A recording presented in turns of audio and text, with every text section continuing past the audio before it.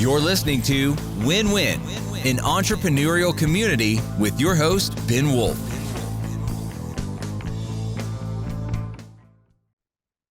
And welcome to the Win-Win podcast, the official podcast of Wolf's Edge Integrators. You can find out more about us and that team at wolfsedgeintegrators.com. But I want to get into introducing our guest today, who's going to speak with us on the topic of what is the ROI, the return on investment of a communication coach. Not a very well-known thing. We had another guest recently in this general topic, but I think this is going to be something that's good for us to understand if this is new to us. So I want to get into introducing our guest today on the ROI of a communication coach. He is an executive coach and public speaking coach. He's the author of Fearless, Captivating, Unstoppable, Your Guide to Better Communication and Public Speaking. Links to that in the description below and in the social media.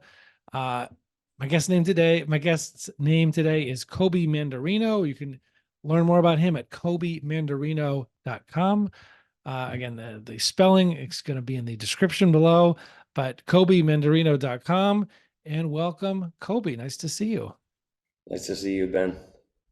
Thank you. And I appreciate you making the time for this today. If, for those of you, for those people who don't already know you out there, what is, give me a quick 2-minute background, a little history on who you are, where you came from, how you came to be doing what we're talking about today. Yeah, so I actually started in the entertainment industry and I wore a lot of hats. I was in front of the camera, I was behind the camera, did a lot of spokesperson work, commercials, voiceover work, and behind the camera, director, producer, writer. And as I started to do more spokesperson work for companies like Google and Microsoft and Boeing, I started to get a lot of executives and C-suite level folks asking me to coach them how to do it. Started doing that. And when I'm approaching a script, I'm always working from the inside out. And so when I was working with those clients, they were saying, man, Cobey, I didn't realize how deep this was going to go. I think you're going to teach me some tips and tricks and practical skills. But I'm learning so much self-awareness and emotional intelligence and how to set goals and accountability. I want to keep working with you. What does that look like? And I said, I don't know. I've never done that before. But they just kept encouraging me to do it. Mm-hmm. And it started to turn into what a lot of people call executive coaching. I would say that's sort of the umbrella term. You could call me a self-awareness coach, a communication coach, an authenticity coach, a goal-setting coach, a lot of different things.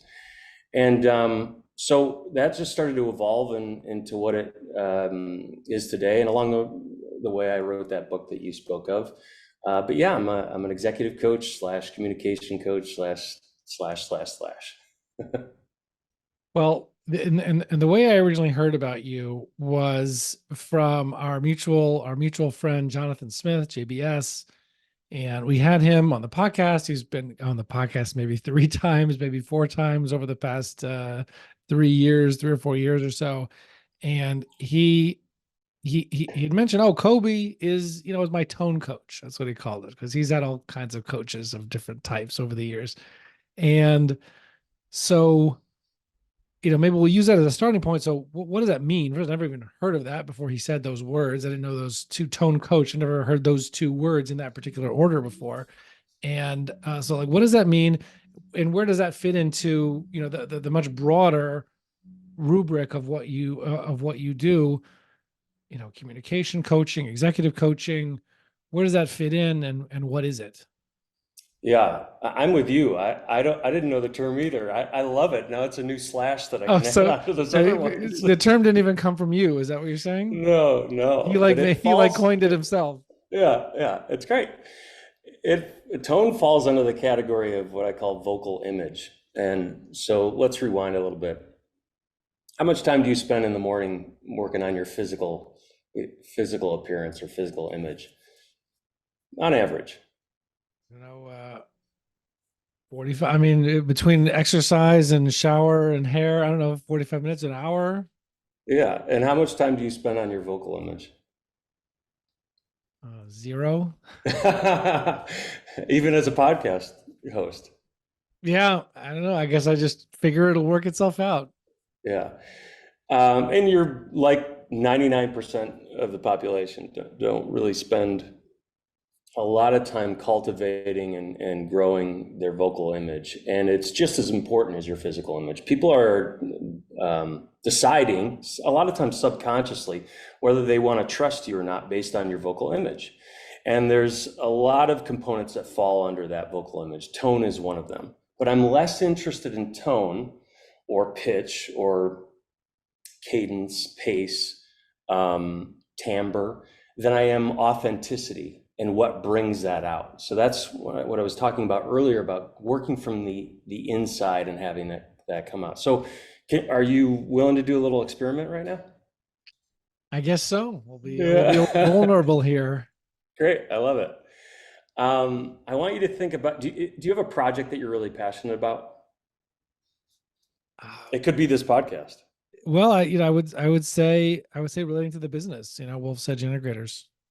Okay. Just growing that, impacting lives. We have a 3 to 5 year goal of having, because we have team members, all COOs that have owned or run businesses before, and we have a goal of getting to helping 140 companies at a time with with 50 team members internally doing that. And with that being said, as if you assume about 40 people per company, it's 5,600 lives that are being touched, mortgages being paid, people being less stressed, people having a better time at what they do that they have to spend so many hours of their day doing, and just impacting lives that way, and impacting the lives of those business owners too. So I would say that's sort of whatever I need to do to grow that is my biggest passion right now. I love it. And you're already doing what I coach a lot of my clients to do, is to get really specific. So what I was going to have you do, and I'll have you do it, even though you've already gotten into the specificity, is I want you to say the line, "I'm really passionate about whatever the name of the project is and believe it can make a difference." So you're actually working from a script, which I know a lot of your audience members are from the EOS world, and they have to work from what people are calling EOS pure, or a script, especially in the 90s.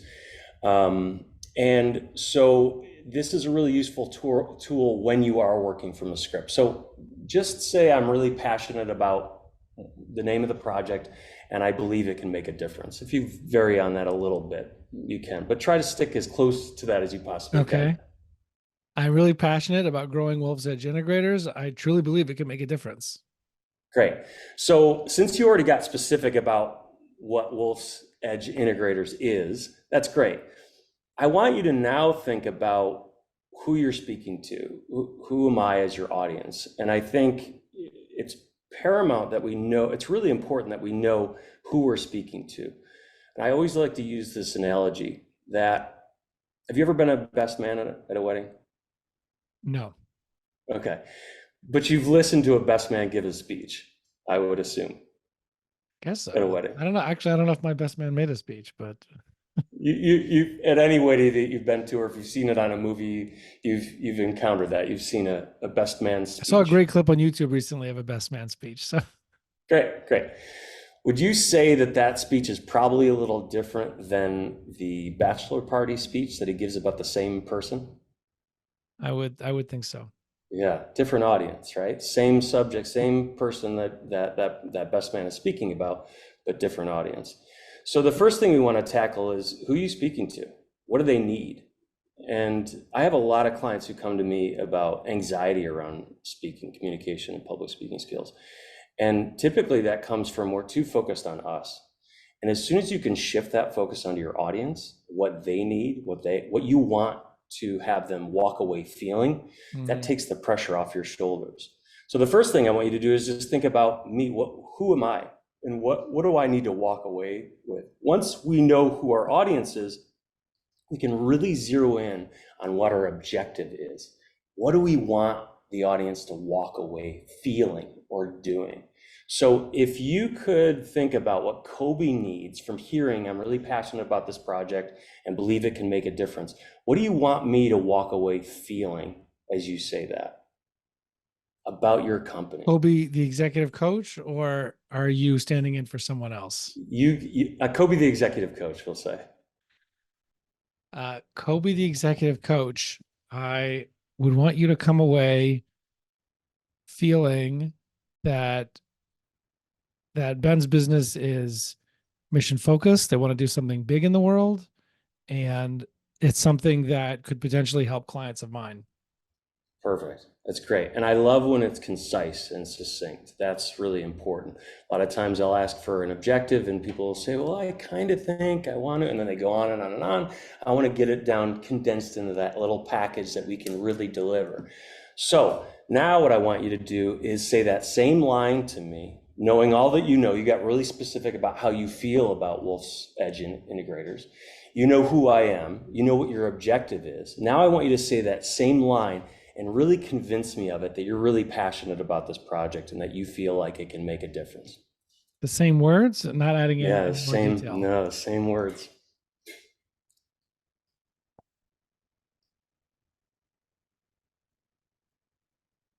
I'm really passionate about growing Wolf's Edge Integrators and want to make sure that it really makes a difference with people in the world. Good. Yeah. I can't even remember what the line was. That's okay. That's okay. It's slight variation. Did that feel any different than the very, very first time I asked you to say it, or you just said the line after I asked you to repeat it? Honestly speaking, no, I think I felt it pretty well the first time also. Great. Or I mean, to Great. the same Well, extent then, at least. I mean, yeah. I guess Yeah. because I couldn't put any more specificity into the words, then it didn't feel that different. I don't know. Well, you're already really specific on what you're passionate about, and a lot of times people need to dig a little deeper. But let's go even further with this. Now I want you to raise the stakes. Think about the idea that this is the only time you'll ever get to say this to me, that you're really passionate about this project and that you think it can make a difference. So I want you to thread in your specificity about your project, who I am, what the objective is, and really getting those stakes as high as you possibly can get them. And try to say the line in this same verbiage, but with that impact behind it. The same words. Same words, yeah.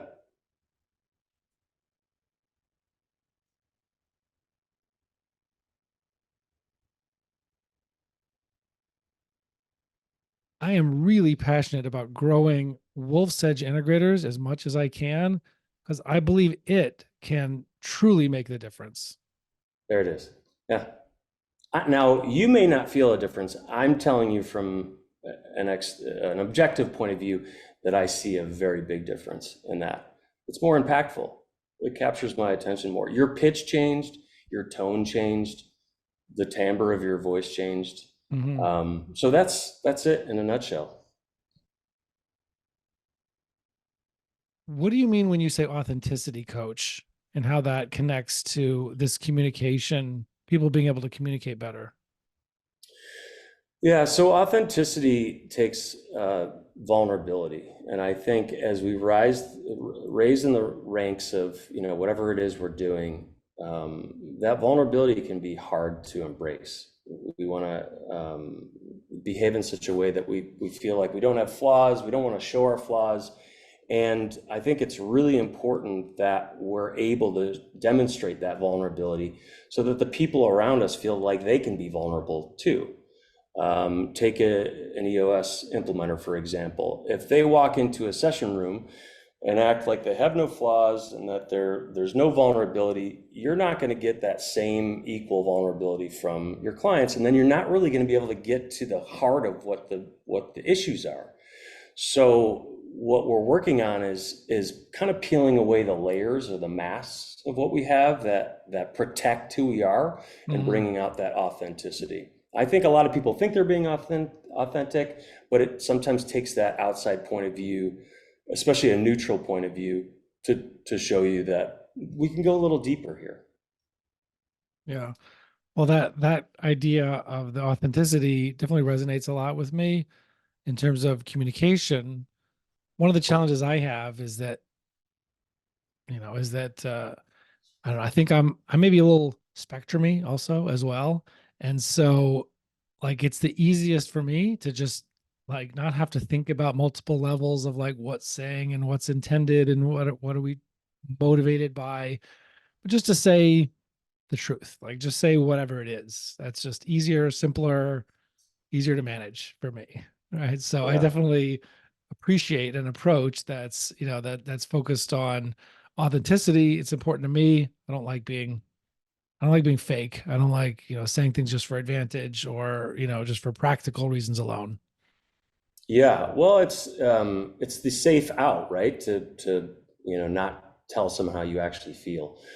And we were talking about this earlier before the podcast, before the episode started, that I'm from New York, you're living in Long Island now. It's a much different mentality than I'm on the West Coast now. I'm in San Diego, and was in Seattle, which is even more avoiding, the truth Uh-huh. up there, and I think you're going to save time and energy when you just come out and say, from a compassionate point of view, how you feel. I think when you get to the heart of the matter quicker, you're just saving yourself a lot of hassle and time and energy by coming right out with it. Yeah, I think it's important. So I I'm fully glad you agree. have So, that so point of you're view. saying on the West Coast, It's like different. Yeah. people are, People dodge you say the around. truth, it's not necessarily going to, well, that's a communication coach thing, right? Like, let's say I'm speaking with somebody, I am from Seattle or California or something. And I just want to say the reality, and it may not sound good, may not be what people want to hear. How do you, how do you recommend people communicate like that when the listener, because you talked about being very aware of your audience, Yeah. is maybe not going to want or appreciate that as much? Yeah, so I'm always encouraging my clients to practice in low stakes environments first. I want them to use all of their interactions as their practice field or petri dish, whatever analogy you want to use. And so you start playing around with it and seeing how people respond. And the phrase active listening is thrown around a lot. I think it's really important, but I think you can be an active listener even as you speak, as you observe someone and how they react to you. So when you're telling that truth to someone, you can see how they're reacting. What is their facial expression telling you? What is their body language telling you? And then you start to experiment with it. And I'm a big fan of journaling. I know, it's not for everybody, but if you can just write down a few notes after you experiment with it, I felt like this when I said the truth, or someone took this way, and you can keep playing around with it and seeing how it evolves. Once you go from those low stakes, you can start to raise up the stakes a little bit, go to a medium stakes interaction, try it out there, and then keep working your way up until you find that kind of magic place where you're telling the truth. And here's the important thing, Ben, is that it's got to come from a compassionate place.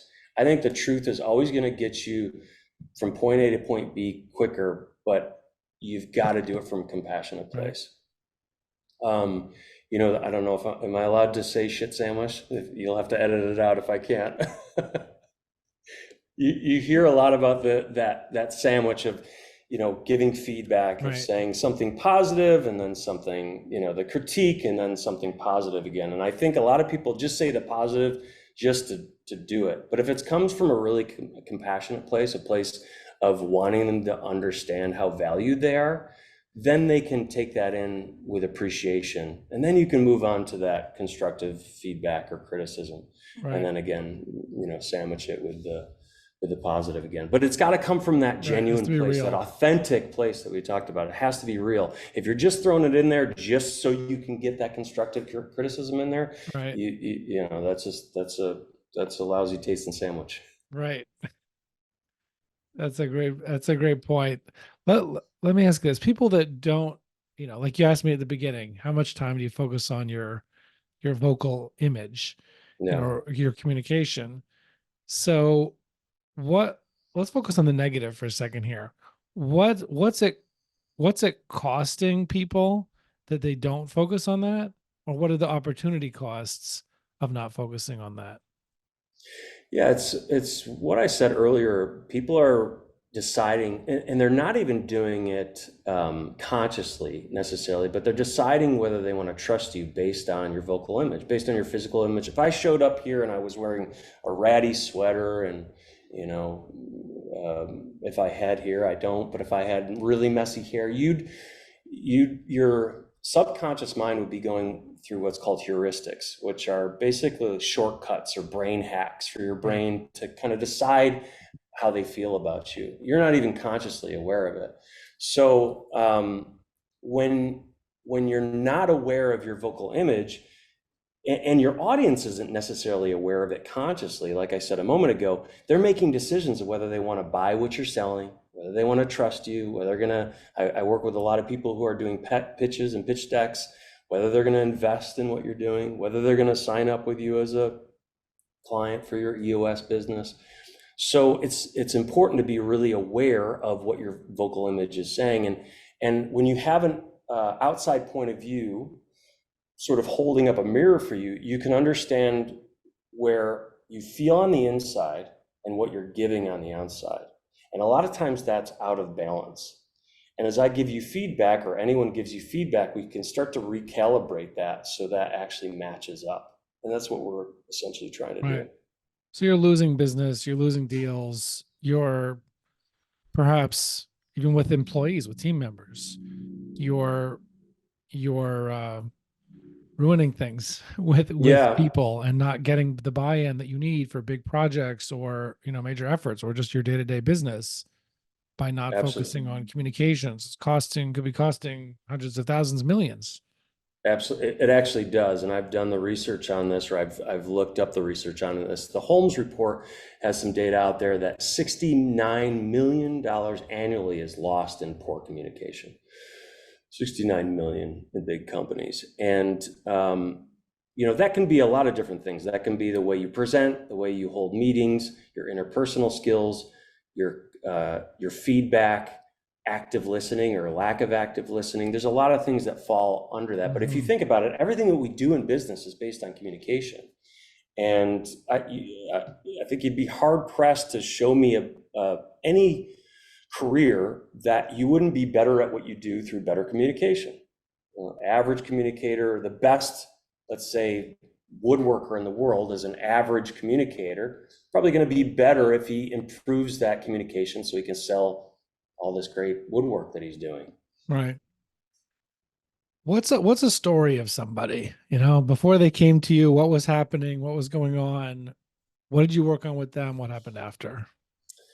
Yeah, so that's a great question. I had a client who was an EOS implementer who had been doing it for about 2 years and was stuck at the 10 or 11 client roster mark. And you probably know that a lot of implementers are shooting for somewhere in the 20, 24 clients, over 100 sessions a year. And he just was really stuck there for a couple of years. And as we were working together, I just realized that every time he came into the session, he had this negative energy. It was dripping off of him, and he wasn't aware of it at all. And so we slowly started to recalibrate that. And I actually had him, I said, okay, now when you come into a session, I want you to bring that positive energy. And the way you do that is start thinking about, it's the exercise that I did with you earlier, about starting to think about, what are you thankful for? What are you grateful for? What are the positives in your life? Because your mind wants to go to the negatives a lot, because it's the caveman days. It's trying to, fend off the tigers and the lions that are coming in to attack us. And so we've got to refocus, put on a different lens and focus on the positivity. And I said, I want you to, before you come into a session with me, I want you to spend 5 minutes thinking about positive stuff. And then I want you to bring that energy in your voice and your demeanor and your body language at the start of the session, before we even start working on anything, just through the check-in, just in us catching up. And a light bulb went off for him. As we started to do this more and more, it started to happen more and more. And he ended up we worked together for about 8 months, I think it was altogether. He doubled his numbers. Now that's an extreme example. I'm not saying that if you come to me, you're going to double your numbers. ROI can be a lot of different things. Return on investment can be personal gain, professional gain, financial gain. I would imagine that if you're going to work on your self-awareness, your authenticity of communication, you're going to see increases in a lot of different areas. But that's if we're looking for revenue ROI, he doubled his numbers in the time that we worked together, it was amazing. He came in 6 or 7 months into a session, and at the very start of the session, he said, "Cobey, I don't know what you did," and he just paused for a second, and he started to tear up, and he just went like this, just to demonstrate he felt like he was more open, and it was great. It was a great moment for him. It was a great moment for me, and that's the authenticity that I'm looking for with all my clients, is getting into that. Who are they really? How do they want to communicate? How do they want to be a professional, be a human being? What I like about that story, and you reiterated as you were talking about it just now about authenticity, is, you would think that there's a person could have a fear like, oh, you want me to be fake? You want me to just you're going to give me tips, like you said, tips and tricks. Yeah. You're going to show me how to act more positive, or how to do that, but it's outward. It's not internal. But what you taught him to do was to focus on what is he actually grateful for, like actual positive things, actual gratitude things that he actually feels and that he relates to. And so you were very specific about not doing it in any way in a false way, but in a very authentic way. So but still addressing the challenges in communication and how that was negatively affecting him. So, which I appreciate. Yeah, and it's important for me to make the distinction that I'm never telling a client how to behave or how to run their business or how to act.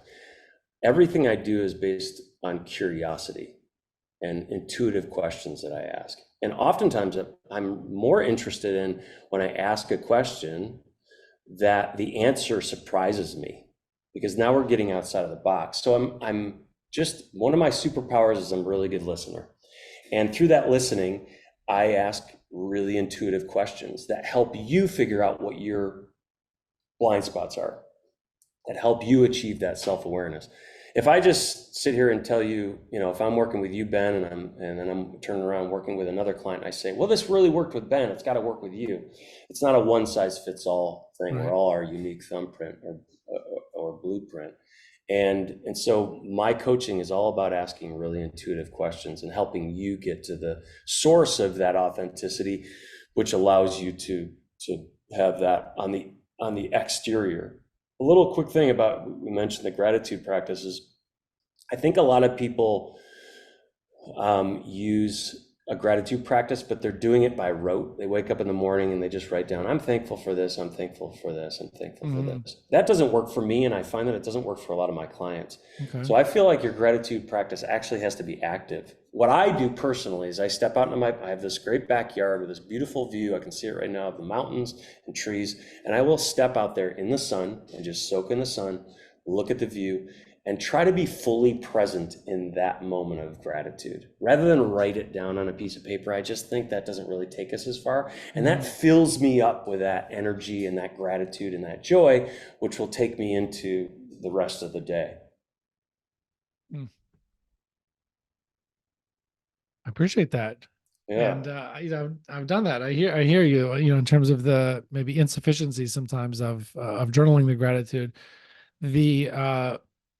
We'll have a couple of more minutes here.